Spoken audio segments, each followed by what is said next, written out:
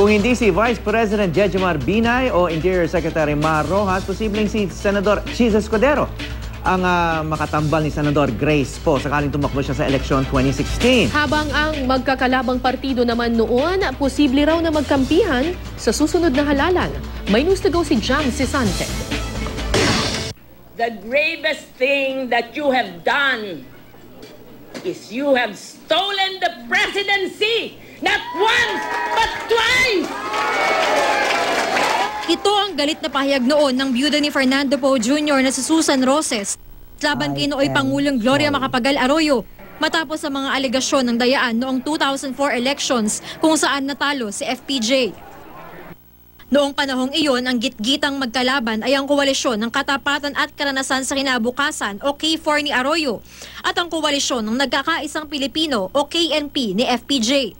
Magkasama sa K4 noon ang Lakas CMD at ang Liberal Party na partido ni Interior Secretary Mar Rojas. Magkasama naman sa KNP ang Puwersa ng Masang Pilipino ni ngayon Manila Mayor Joseph Estrada at ang PDP Laban na dating partido ni ngayon Vice President Jejomar Binay na tumayong campaign manager noon ni FPJ.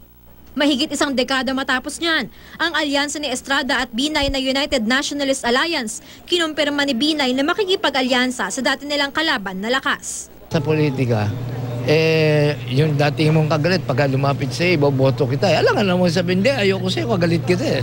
Alam mo, kada bota binibilang sa halalan. Halos tiyak na ngang si Binay ang pambato ng una bilang Pangulo sa 2016. Pero tiyak na bang susuportahan siya ni Estrada? Binisita ng Vice Presidente si Erap sa Manila City Hall. Taas mo na kakabay? Too early, baka mga... Premature campaigning.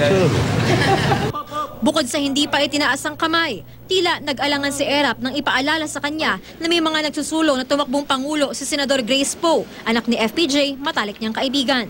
Sabihin nito, solid ka na kay BP. Siyempre kasama kami, you know.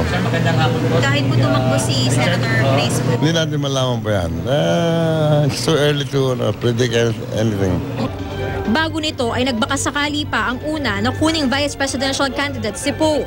Pero natanggap na rin ni Binay ang pahayag ni Poe kamakailan na malabong magkatambal sila.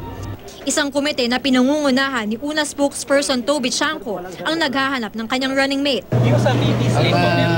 Ano lamang natin is kung ano ang magugustuhan ng tao. Gusto ba ng tao ang pagbabago,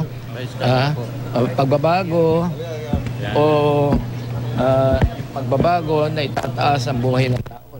Pero tila hindi lang ang pakikipag-alyansa ni Binay sa Lakas ang pinapanday na tambalan ng mga dating magkalaban. Ang liberal kasi na matagal nang dumistansya sa Lakas, sinusuyo naman ang anak ni FPJ na si Senador Poe. Mismong si Rojas na leader ng liberal at posibleng pambato nito ang kumausap raw kay Poe para maging vice presidential candidate. Pinakahuli raw noong isang linggo lang nang magkasalubong sila sa isang restaurant.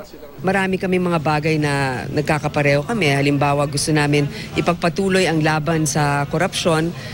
Pero sa ngayon, meron din akong mga ibang pananaw tungkol sa mga bagay-bagay na hindi ko pa rin masasabi na kailangan magsama. At tila hindi lang kay Rojas may agam-agam si Poe. Tila iba rin daw ang prioridad niya kumpara sa mismong administrasyon kung saan kabahagi si Rojas. Tila yata na pag-iwanan rin ang marami nating mga kababayang nangangailangan. Sa tingin ko talagang hindi lamang sa paglilinis ng korupsyon, kung hindi pagtulong sa mga mahihirap. Yan tila ang dapat tutukan. Pag-amin ng palasyo, marami pa raw talagang dapat gawin. Kaya nga raw nais ni Pangulong Noynoy Aquino na magpatuloy ang mga reforma upang maramdaman ito ng mga Pilipino.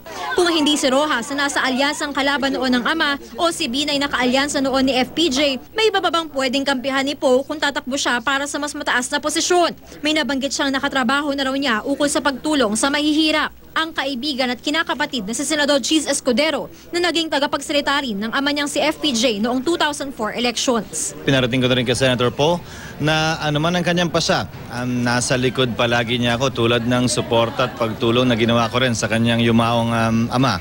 Jam Sisante, GMA News.